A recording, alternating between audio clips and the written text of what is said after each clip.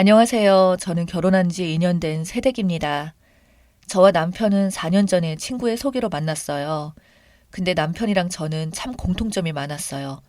대화하면서 서로에 대해 알아가다 보니 남편과 저는 어릴 때부터 같은 학교를 나왔고 같은 동네에서 살았더군요. 남편과 제 나이 차이가 5살이 났던지라 같은 학교 출신인 것만 알았어요. 제 하나뿐인 오빠와 동갑내기이기도 했습니다. 남편은 학창 시절에는 공부를 참 잘했었지만 대학을 다니다가 중도 포기하고 사업을 하게 된 사람이었습니다. 저는 대학을 졸업하고 기업에 취직을 했던 상태고요.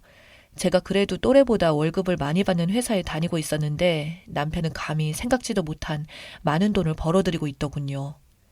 집에서는 대학교를 그렇게 가라고 했지만 남편은 자기가 하고 싶었던 일을 하면서 살고 싶다고 사업을 하던 남편을 보니 참 한편으로는 대단하기도 하고 존경스럽기도 했습니다.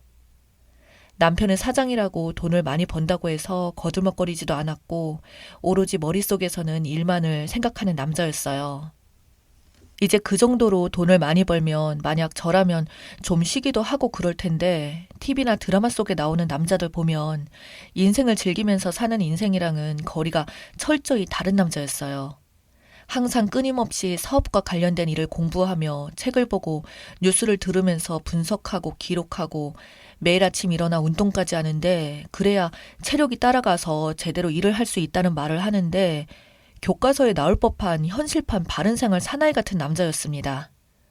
솔직히 제가 살면서 이런 부류의 남자를 처음 만났던지라 존경심이 들기도 했기에 남편을 참 많이 좋아했어요. 저는 제가 이렇게 느끼는 것을 남편에게 이야기를 하자 남편이 저에게 연애를 하면서 했던 말이 자기가 26살에 처음으로 사업을 하겠다고 유학도 그만두고 들어왔다가 망한 것만 2번이라고 합니다. 처음에는 진짜 아무것도 모르고 그냥 꿈은 큰데 의욕만 앞서서 일하다가 망했고 2번째는 사람들이 전부 다 자기 같은 줄 알고 일하다가 망했고 지금 3번째 사업을 하면서 드디어 좀 살만해진 건데 결국 사장이 모든 일을 다 할 줄 알아야 일이 제대로 돌아가는지 알 수 있다고 직원들에게 모든 걸 맡기고 신경을 안 쓰게 되면 무조건 그건 망하게 되니까 계속 이렇게 틈틈이라도 시간을 쪼개서 공부하고 일하면서 뭘 알아야 제대로 돌아가는지 지시를 할 수 있다며 말하더군요. 누가 가르쳐 주지도 않았는데 어떻게 일하냐는 말에 아버지가 간접적으로 자기에게 알려주셨다며 그래서 자신은 세상에서 자기 아버지를 가장 존경한다고 자랑스레 말하는 남편이었어요. 시아버지께서도 현재 사업을 하시고 계셨고 진짜 하루 5시간만 주무시고 일하면서 운동까지 하신다는데 거기에 시간만 남으면 또 여행을 떠나신다고 하시더라고요.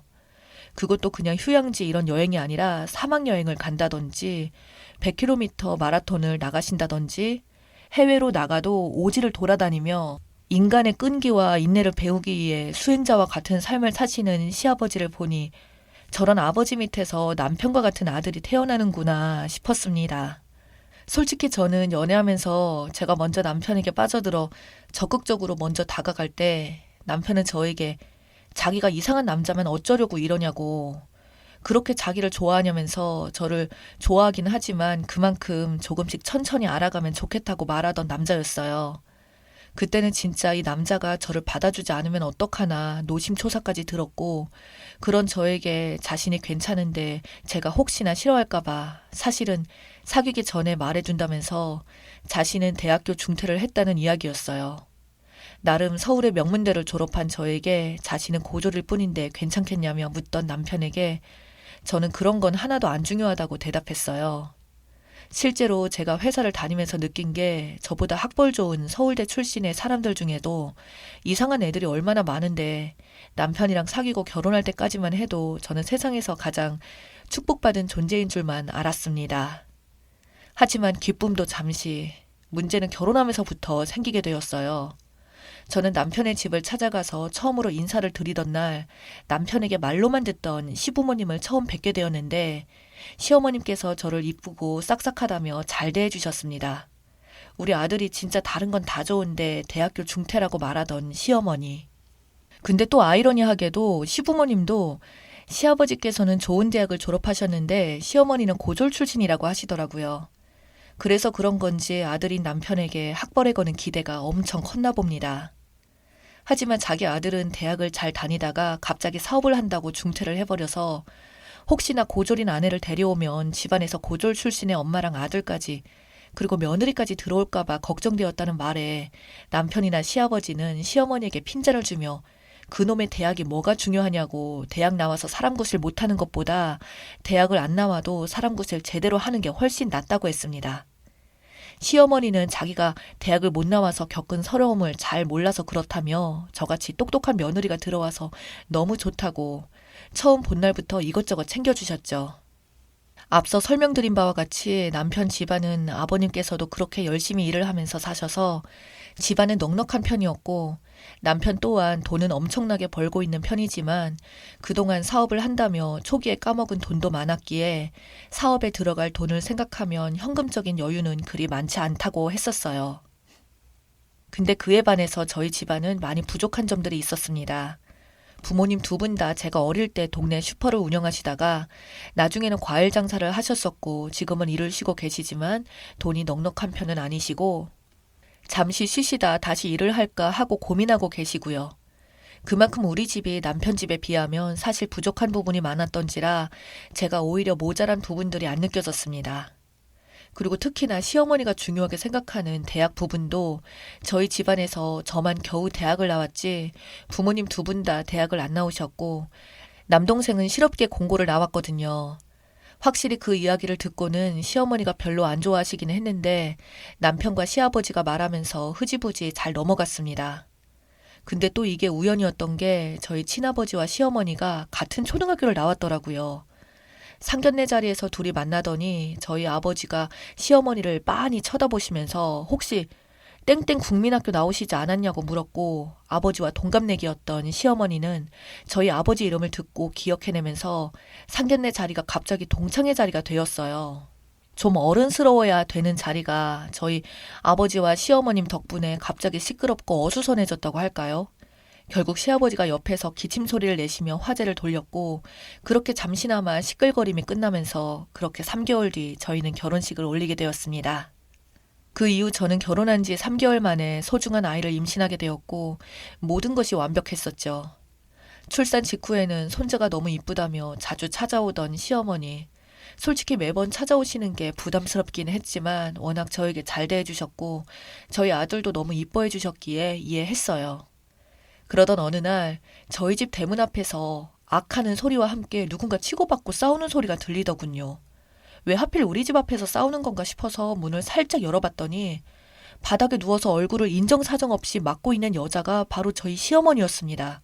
그래서 그 위에 올라탄 여자의 등을 잡으며 왜 그러시냐고 잡았는데 그 여자를 본 순간 제 다리에 힘이 쫙 풀리더라고요.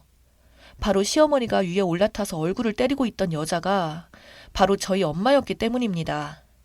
제가 나오자 씩씩거리던 두 분이 도망치듯이 그 자리를 떠나버렸고 그 후 제 머릿속에는 온갖 상상들이 떠오르기 시작했습니다. 아니 도대체 무엇을 어떻게 저희 엄마가 잘못했길래 시어머니가 얼굴을 저렇게 때릴 수 있는 건지 떨리는 마음으로 저는 엄마에게 전화를 걸었고 엄마는 미안하다고 못 볼 꼴을 보였다며 근데 도저히 더는 못 참겠다고 너 때문에 참고 산 지가 벌써 1년이라는 말에 무슨 일인지 자초지종을 설명해달라고 했더니 차마 자기 입으로는 말하기는 그렇고 너희 아빠에게 물어보라고 하더군요. 바로 또 아빠에게 전화를 거니까 전화를 한참 안 받으시더니 장문의 문자가 날라왔습니다. 아빠가 너한테 정말로 미안하다고 아빠가 도저히 딸 앞에서 얼굴도 못 들겠다. 대략의 내용은 이랬습니다. 아빠를 찾지 말라는 이야기와 시어머님과 바람이 났다고 적혀 있더군요. 정말 저는 순간 심장이 멈추는 기분이었습니다. 저는 엄마에게 다시 전화를 걸어서 언제부터 알고 있었냐, 왜 나한테 말을 안 했냐고 물으니까 이게 알려지면 온 가정이 파탄나고 풍비박산이 날 텐데 아무리 이런 상황이어도 내 딸 결혼인 만큼은 자기 손으로 망치기 싫었다고. 사실은 1년 전에 처음으로 친아버지와 시어머니가 서로 문자를 주고받은 것을 봤고 절대로 안 만나겠다고 했으나 나중에 몇 번 둘이 만나게 되자 자기들 마음이 마음대로 안 됐다면서 나중에는 아주 대놓고 만났다고 하네요. 엄마랑 시어머니가 싸우던 날은 엄마가 저희 집에 온 날 우연히 시어머니와 마주친 거였고 그곳에서 말다툼을 하다가 결국 화가 난 엄마가 시어머니를 그렇게 때린 거라고 합니다. 저도 그때는 어찌할 바를 몰라 했는데 시어머니가 약이 오르기 시작했던 거였어요. 시어머니 얼굴이 그렇게 되었었으니 시아버지가 왜 그러냐고 물었고 저희 엄마 욕을 그리 했나 봅니다. 자기 잘못은 쏙 빼놓고요. 교양이 없이 천박한 년이라는 말에 시아버지가 화가 나서 바로 저희 남편에게 연락해서 뭐라고 하셨고 남편은 자기 엄마 편을 들면서 장모님은 도대체 갑자기 왜 그러시냐고 계단에서 잠시 부딪힌 걸로 서로 따지고 싸움질이라니 너무 교양 없으신 거 아니냐고 빨리 자기 엄마한테 사과하라고 협박을 하자 저도 끝내 폭발해버리고 말았습니다. 저는 그래서 남편에게 사실대로 싹 다 말했어요. 지금 당신이 잘 모르나 본데 무릎 꿇고 빌어야 할 인간들이 누군데 감히 우리 엄마 보고 사과를 하려고 하냐고. 내가 죽으면 죽었지 그 꼴은 절대 못 본다고. 우리 아빠랑 바람 피운 게 니네 엄마고 그 관계가 지금 벌써 1년이 넘었다고 하자 남편의 안색이 갑자기 사색이 되면서 왜 그 사실을 여태 숨겼냐고 묻더군요. 그럼 당신이라면 어떻게 하겠냐고 나도 여태 몰랐다가 엄마가 시어머니와 우연히 집 앞에서 싸우는 것을 목격하면서 알게 되었다고. 우리 아빠라는 인간도 네 엄마라는 인간도 짐승 그 자체라서 누구의 부모다 할 것 없이 다 사람이 아닌 짐승들이라고. 그걸 여태 감내하고 버틴 우리 엄마를 탓할 수가 있냐며 저도 순간 화나서 울면서 소리를 질렀습니다.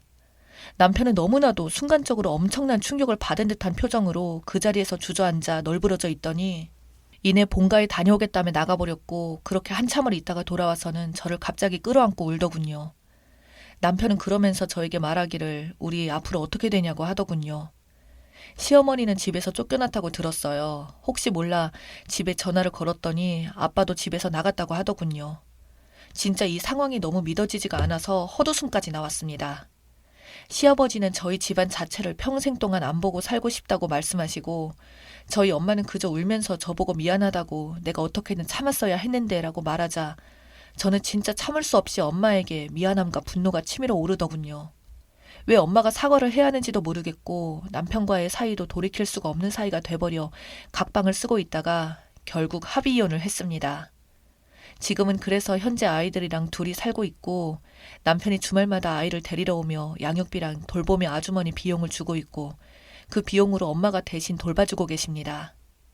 지금도 시어머니와 저희 아빠는 어디서 뭘 했는지도 모르겠습니다.